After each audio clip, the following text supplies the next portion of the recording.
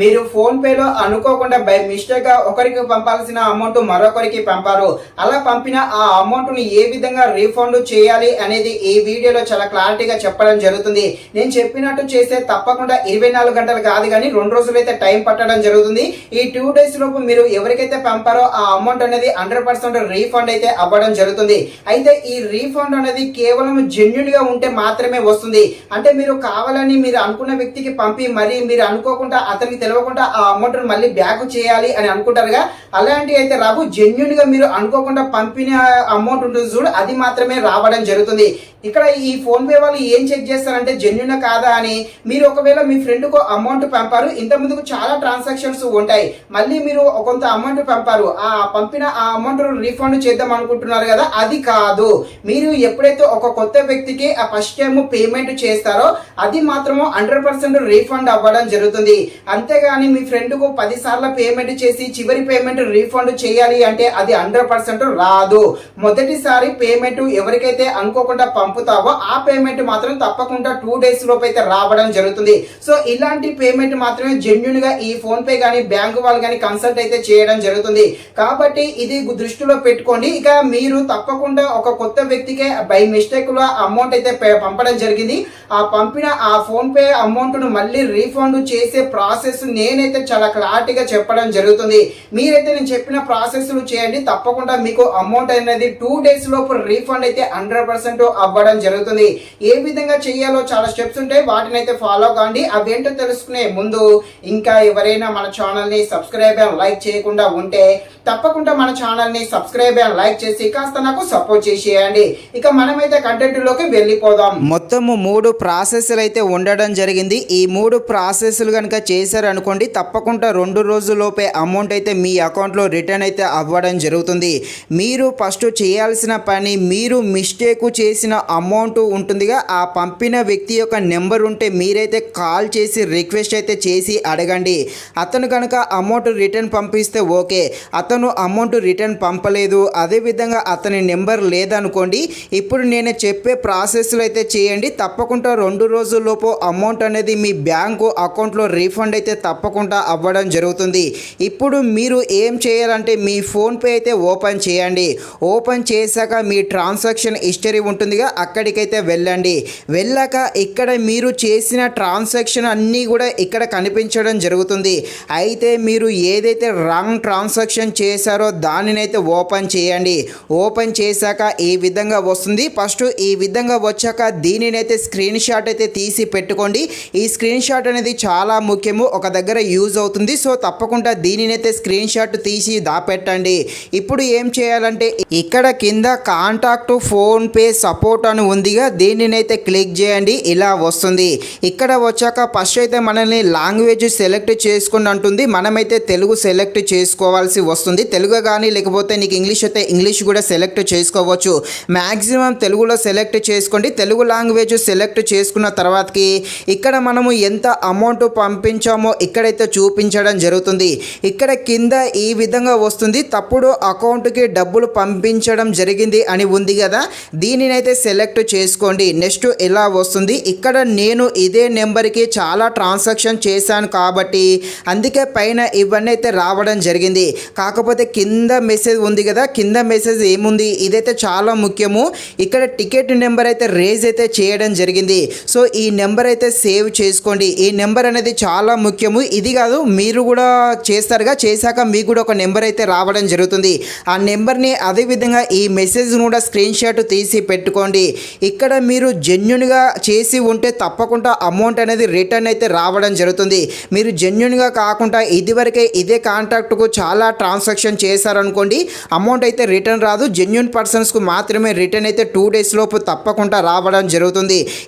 ఇక్కడ ఉన్న ఈ నెంబర్ అయితే సేవ్ చేసుకోండి. సేవ్ చేసుకున్న తర్వాతకి మీరైతే బ్యాక్ అయితే రాండి. బ్యాక్ వచ్చాక మీరైతే ఫోన్పేలో ఉన్న మెయిన్ పేజ్ ఉంటుందిగా, ఆ మెయిన్ పేజ్లోకి అయితే రాండి. ఈ విధంగా మెయిన్ పేజ్ పేజ్లోకి వచ్చాక పైన ఇది ఉందిగా, దీనినైతే సెలెక్ట్ చేసుకోండి. సెలెక్ట్ చేసుకున్నాక ఈ విధంగా వస్తుంది. ఇక్కడ మై టికెట్ అని ఉందిగా, దానినైతే నొక్కండి. ఇలా వస్తుంది. ఇక్కడ మనము రిక్వెస్ట్ పెట్టాము, ఇవరిదాకా మనము టికెట్ రేజ్ చేసాంగా, ఇక్కడ ఈ విధంగా రిక్వెస్ట్ అయితే చూపించడం జరుగుతుంది. దీనిపై అయితే క్లిక్ చేయండి. క్లిక్ చేశాక ఇలా వస్తుంది. ఇక్కడ కింద అటాచ్ ఫైల్ అని ఉందిగా, దానిని అయితే క్లిక్ చేయండి. క్లిక్ చేశాక మన ఫోన్లో ఉన్న గ్యాలరీలోకి అయితే వెళ్ళడం జరుగుతుంది. మనం మిస్టేక్గా అమౌంట్ పంపిన వ్యక్తి యొక్క ట్రాన్సాక్షన్కు సంబంధించిన స్క్రీన్ షాట్ తీసి పెట్టుకోండి అని చెప్పినా కదా, ఆ స్క్రీన్ షాట్ అయితే ఇక్కడ అటాచ్ చేసేయండి. అటాచ్ చేశాక ఈ విధంగా వస్తుంది. ఇక్కడ కింద రిప్లై అనే ఆప్షన్ ఉంది కదా, దానినైతే క్లిక్ చేయాలి. కాకపోతే వెంటనే పని చేయదు, ఎందుకంటే మనము ఆల్రెడీ రిక్వెస్ట్ చేశాం కాబట్టి 24 గంటల లోపైతే ఫోన్పే వారైతే చెక్ చేయడం జరుగుతుంది.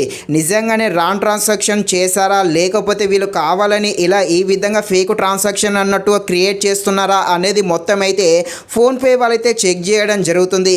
వాళ్ళైతే మీకు 48 గంటల లోపైతే ఫోన్పేలోనే మీకు ఒక దగ్గర అంటే హిస్టరీలో మీకైతే ఒక నోటిఫికేషన్ అయితే రావడం జరుగుతుంది. ఆ నోటిఫికేషన్లో ఏమని ఉంటుందంటే మీకు అమౌంట్ రిటర్న్ పంపాలా వద్దా అనేది ఎక్స్ప్లెయిన్ చేయడం జరుగుతుంది. అంటే మీకు అమౌంట్ పంపుతారు అంటే అక్కడ డైరెక్ట్ అమౌంట్ వచ్చేసింది. ఒకవేళ అమౌంట్ రాలేదనుకోండి, అసలు వాళ్ళు ఎందుకు అమౌంట్ పంపలేకపోయారో అనేది దాని గురించి అయితే ఎక్స్ప్లెయిన్గా చేసి మీకైతే హిస్టరీలో రావడం జరుగుతుంది. అదేవిధంగా ఇక్కడ మీరు వాళ్ళు పంపిన రిప్లైకి మీకు సాటిస్ఫాక్షన్ కాలే, అమౌంట్ కాలేదు, అప్పుడు ఏం చేయాలంటే ఇక్కడ అటాచ్ ఫైల్లోకి వెళ్ళి మనం ఏదైతే ఫేక్ ఏదైతే ట్రాన్సాక్షన్ చేసామో దానికి సంబంధించిన స్క్రీన్ షాట్ అటాచ్ చేసేసి రిప్లైగా మనం ఏమేమి మిస్టేక్ చేసామనేది క్లారిటీగా ఎక్స్ప్లెయిన్ చేసి మనమైతే రిప్లైగా సెండ్ అయితే చేయాలి. ఇక్కడ మనం తెలుగులో కూడా టైప్ చేసి కూడా పంపించవచ్చు.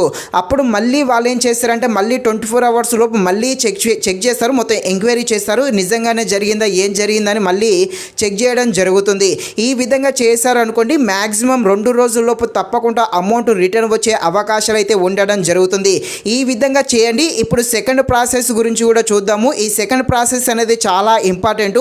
ఈ ఫోన్పే అయినా కాకపోయినా ఈ సెకండ్ ప్రాసెస్లో మాత్రం తప్పకుండా అమౌంట్ అనేది రిటర్న్ రావడం జరుగుతుంది.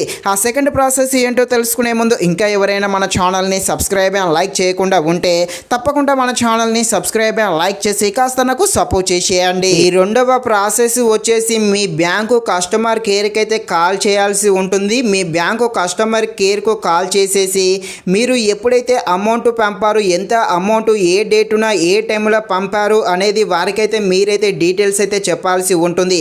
అలా డీటెయిల్స్ చెప్పిన తర్వాతకి వాళ్ళైతే మీ కేసును అయితే తీసుకుంటారు. ఇలా కేసు తీసుకున్న తర్వాతకి వారైతే మీకు ఒక నెంబర్ అయితే ఇవ్వడం జరుగుతుంది. ఆ నెంబర్ అయితే 100% సేవ్ అయితే చేసుకోవాలి. ఆ నెంబర్ ఉంటేనే మీకు అమౌంట్ రిటర్న్ పడ్డాయా లేదా అనేది తెలవడం జరుగుతుంది. వాళ్ళు ఇచ్చిన ఆ నెంబరు సేవ్ చేసుకోండి. సేవ్ చేసుకున్న తర్వాతకి మళ్ళీ 2 డేస్ అయితే ఆగండి. 2 డేస్ అయ్యాక మళ్ళీ కస్టమర్ కేర్కి అయితే కాల్ చేయండి.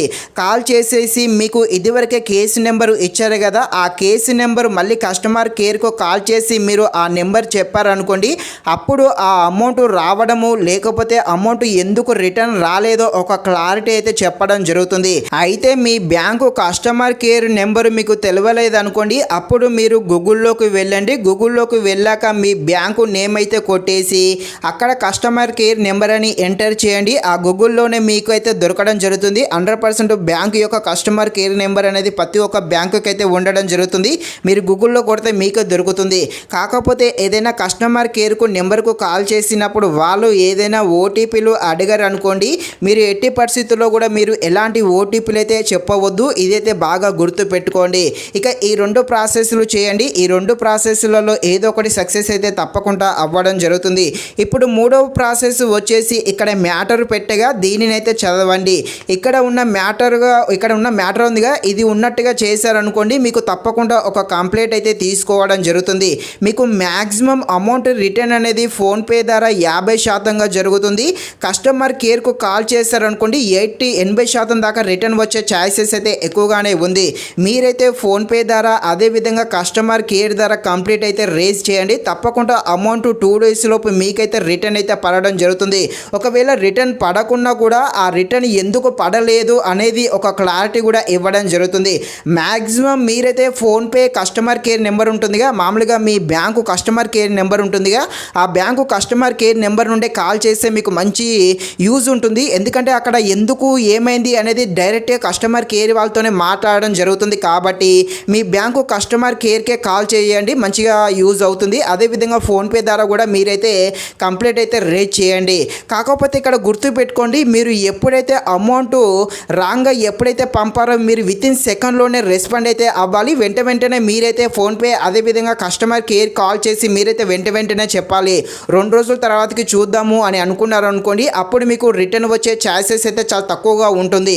కాబట్టి మీరు వెంటనే రియాక్ట్ అవుతే తప్పకుండా రిటర్న్ అయితే రావడం జరుగుతుంది. ఇది ఫ్రెండ్స్, ఈ విధంగా నేను చెప్పినట్టు చేయండి. 100% మీ అమౌంట్ అనేది రీఫండ్ అయితే గ్యారంటీగా అవ్వడం జరుగుతుంది.